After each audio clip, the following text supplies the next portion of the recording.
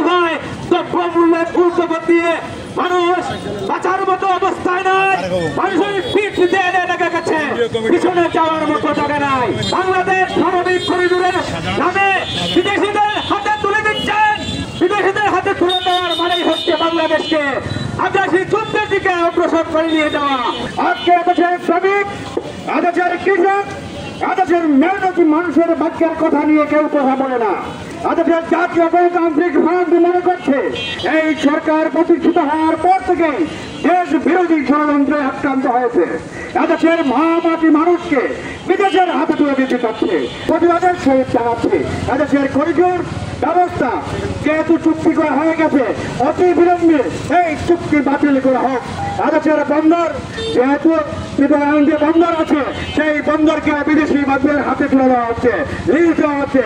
যদি দেওয়া হয় তাহলে এদেশে শ্রমিকরা কাজ হারাবে। যেখানেই যুদ্ধ বিগ্রহ আছে, সেখানেই সংকট আছে, যেখানেই সাম্রাজ্যবাদীদের মধ্যে আন্তঃদ্বন্দ্ব রয়েছে, সেখানেই সেসব মানুষ মানবিক করিডোর প্রতিষ্ঠা করেছে।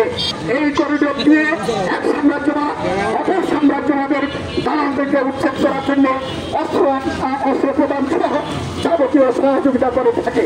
বাংলাদেশে অর্থাৎ মায়ানমারে জান্তা সরকার হচ্ছে চীন সাম্রাজ্যবাদের দালাল। এই চীন সাম্রাজ্যবাদের দালালকে উৎখাত করার জন্য মার্কিন সাম্রাজ্যবাদ বিগত 30 বছর যাবৎ অব্যাহত চেষ্টা করে যাচ্ছে। একটি আইন করেছে, সেই আইনের নাম হচ্ছে বার্মা অ্যাক্ট। বার্মা অ্যাক্টের অধীনে তাদের ভাষায় বার্মার গণতন্ত্র রক্ষা তারা সামরিক আর্থিক সকল ধরনের সহযোগিতা প্রদান করবে। এই সহযোগিতা প্রদান করার জন্য একটি নির্ভরযোগ্য স্থানের দরকার, নির্ভরযোগ্য রাস্তার দরকার।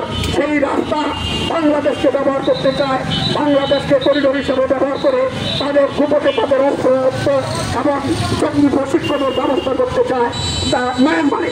এতে বাংলাদেশের জনগণের কোনো স্বার্থ নেই, মায়ানমারের জনগণেরও স্বার্থ নেই। এ দেশে জনগণের স্বার্থে কোনো চুক্তি হলে অবশ্যই জনগণের সামনে সেটা প্রকাশিত করতে হবে, উন্মোচিত করতে হবে, জনগণের মতামত নিতে হবে। নন ডিসক্লোজার অর্থাৎ গোপন কোনো চুক্তি হতে পারে না।